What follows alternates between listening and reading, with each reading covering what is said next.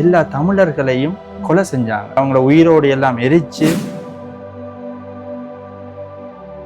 மொழி என்றது எங்களோட இருக்கிறது, இதை யாருமே எடுக்க இயலாது. நூலகம் எரிக்கப்பட்டது. அது ஏனென்றா அடையாளத்தை அழிக்கணும்.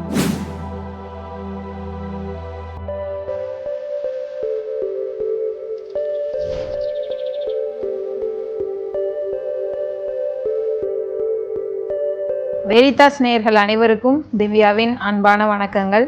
நம்ம போன இதில் பார்த்தோம், அவங்களோட இலங்கை தமிழர்களோட எப்படி பக்தி முயற்சிகள் எப்படி இருக்கும், அங்கே உள்ள மக்கள் எப்படி எல்லாம் பக்தி முயற்சிகள் மேற்கொள்கிறாங்கன்னு.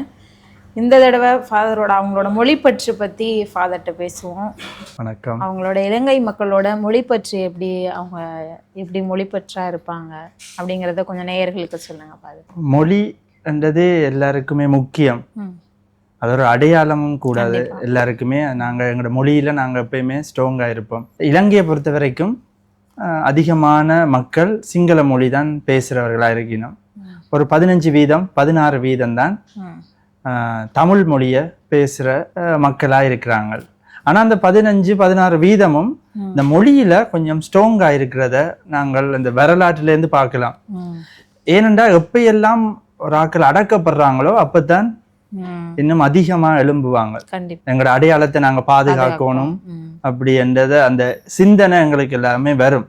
அதே மாதிரிதான் இலங்கையில தமிழரை பார்த்தாலும் 1956 ஒரு சட்டம் ஒன்று கொண்டு வந்தாங்க அரசியல்வாதிகள், சிங்கள ஒன்லி ஆக்ட் அப்படி என்று. அதாவது அரச வேலை எடுக்கிறாலும் எல்லாத்துக்கும் சிங்களம் ஒரு மொழி மட்டும் காணும், கட்டாயம் சிங்கள மொழி தான் என்றது. அப்ப தமிழர்கள் கட்டாயம் சிங்களம் படிக்கணும் என்ற நிலைக்கு தள்ளப்பட்டுச்சுன்னா, அதோட எல்லாத்துக்குமே சிங்களம் என்றா வேலை வாய்ப்புகள் எல்லாமே குறைவா இருந்துச்சு. ஏன் நாங்க எல்லாரும் ஒரு நாட்டுல இருக்கிறோம், என்னத்துக்கு இப்படி ஒரு சட்டம், ஒரு சின்ன நாடு, ஒரு சின்ன தீவு, அதுல இப்படி என்றா பாதிக்கப்படுற மக்கள் நிறைய இருந்தாங்க. இதே ஒரு போராட்டமாவே வந்து கொண்டே இருந்துச்சு. அதுக்கு பிறகு 1981 பார்த்தா, உங்களுக்கு கேள்விப்பட்டிருப்பீங்க, யாழ்ப்பாணத்துல ஒரு பிரபல்யமான ஒரு நூலகம் எரிக்கப்பட்டது. அது ஏனென்றா அடையாளத்தை அழிக்கணும் என்றதுக்காக அழிக்கப்பட்டது. அதுக்கு பிறகு 1900 அது இந்த தொடர்ச்சி தான். 1983 ஜூலை மாசம் எல்லா தமிழர்களையும் கொலை செஞ்சாங்க. நிறைய கொழும்புலையும் மற்ற இடங்களையும் இருந்த தமிழர்களை கொலை செஞ்சு அவங்களோட சொத்துக்களை எல்லாம் சூறையாடி அவங்கள உயிரோடு எல்லாம் எரிச்சு, போகணுமா போங்க, உங்களோட சொத்து எல்லாத்தையும் விட்டுட்டு போங்க, 1000க்கு மேற்பட்ட ஆட்கள் எல்லாமே கொண்டு குவிக்கப்பட்டது அந்த காலத்துல. அதுக்கு பிறகுதான் இந்த போர் அதிகமானது. 1983 கொஞ்சம் அதிகமா இருந்ததை பார்க்கலாம். இப்படி ஒவ்வொரு முறையும் நசுக்கப்பட்டு வந்ததால இல்ல, இது எங்களோட அடையாளம். நாங்கள் சொத்தை இழக்கலாம், எங்கட குடும்பத்துல இருக்கிற ஒரு ஆளை இழக்கலாம், எல்லாத்தையும் இழக்கலாம், ஆனா எங்கட மொழிய நாங்க இழக்க கூடாது. இப்ப வெளிநாடுகள்ல போய் அவங்க குடியேறும் போதும் சரி, தமிழ் மொழி அப்படின்னா அதுக்கு ஒரு பெரிய இம்பார்ட்டன்ஸ் தராங்க அப்படின்னு சொல்றாங்க. மற்ற மொழிகளை காட்டிலும் ஆங்கிலத்துல அவங்கள படிச்சாலுமே கூட தமிழ் மொழி முக்கியம் அப்படின்னு சொல்லிட்டு அவங்களுக்கு கற்பிக்கிறதாவும் நாங்க அறியப்படுறோம். நீங்க புலம்பெயர் தமிழர்களை பார்த்தா, ஸ்பெஷலா இலங்கையில இருந்து போன தமிழ் புலம்பெயர்ந்தவர்களை நீங்க பார்த்தா அவங்க மொழி பற்றி அதிகமா இருக்கும். அவங்க வேற ஒரு 5-6 லட்சத்துக்கு மேல இலங்கையில இருந்து போன அகதிகள் வேற நாடுகள்ல இருக்கிறாங்க. கனடா, சுவிஸ், ஸ்வீடன், பிரான்ஸ், அப்படி நிறைய நாடுகள்ல இருக்கிறாங்க. அங்க இருக்கிற ஆட்களும் தமிழ்ல பற்றா இருப்பாங்க. தங்களோட பிள்ளைகளுக்கு தமிழ அவங்க கட்டாயமா கற்பிப்பாங்க.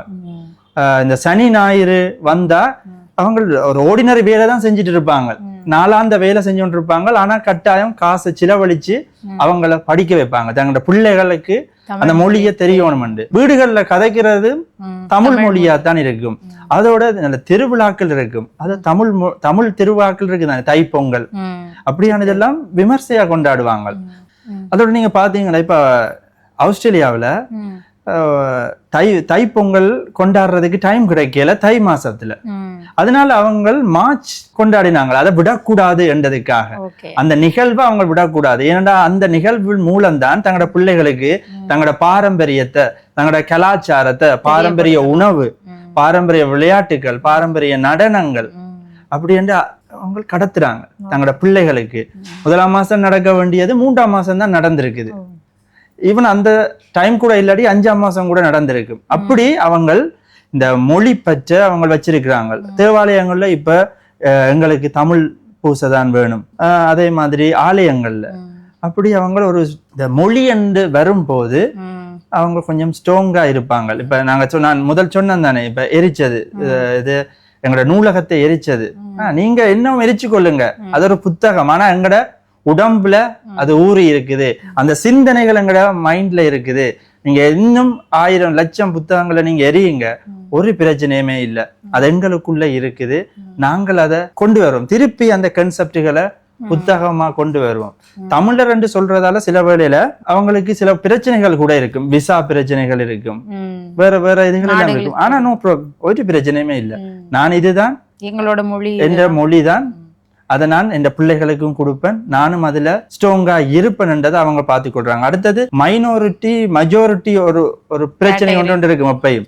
எப்பயும் அந்த மெஜாரிட்டி பீப்புளுக்கு எல்லாமே எங்களுக்கு கிடைச்சா நாங்க ஒன்றுல ஸ்ட்ராங்கா இருக்க மாட்டோம், எங்களுக்கு எல்லாமே கிடைக்குது. இப்ப தமிழர் பார்த்தா எங்க போனாலும் அவங்க மைனாரிட்டி தான், சிறுபான்மை. அப்ப அதனால அவங்களுக்கு என்ன, இந்த அடையாளம் தான், இந்த மொழி என்றது எப்பொழுதுமே இருக்கும், முக்கியமா இருக்கும். அதே மாதிரி நம்ம இப்ப மக்களை தாண்டி பள்ளியிலலாம் எப்படி ஃபாதர் அந்த மொழின்றது இந்த தமிழ் மொழிக்கு தான் முக்கியத்துவமா, இல்ல எல்லா மொழிகளையும் கற்பிக்கிறாங்களா பள்ளிக்கூடங்கள்ல? தமிழ் மொழி முக்கியம் தான், தமிழ் மொழியில தான் அவங்க எப்படி இம்பார்ட்டன்ஸ் கொடுக்குறாங்க, அங்க எப்படி இம்பார்ட்டன்ஸ் கொடுக்குறாங்க? தமிழ் மொழியை தாண்டி மற்ற மொழிகளை இருக்குது.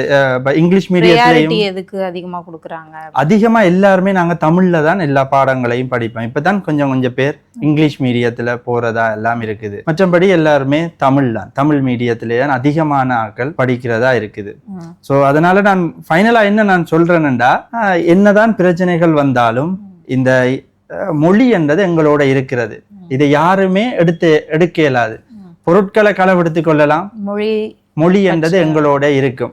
இந்த லைப்ரரி கூட 1 லட்சத்துக்கு மேற்பட்ட புத்தகங்கள் அதுல எரிக்கப்பட்டது, ஓலைச்சுவடிகள் இருந்தது, ஆராய்ச்சிகளுக்கு உரிய புத்தகங்கள் நிறைய இருந்தது, அதனாலதான் நிறைய பேர் பயன்பட்டாங்க. அதை எரிச்சவன எல்லாமே முடிஞ்சு போனதுன்னு அர்த்தம் இல்லை, அது எங்களுக்குள்ள இருக்குது, திருப்பி நாங்க அதுகள் எல்லாமே கொண்டு வரலாம்.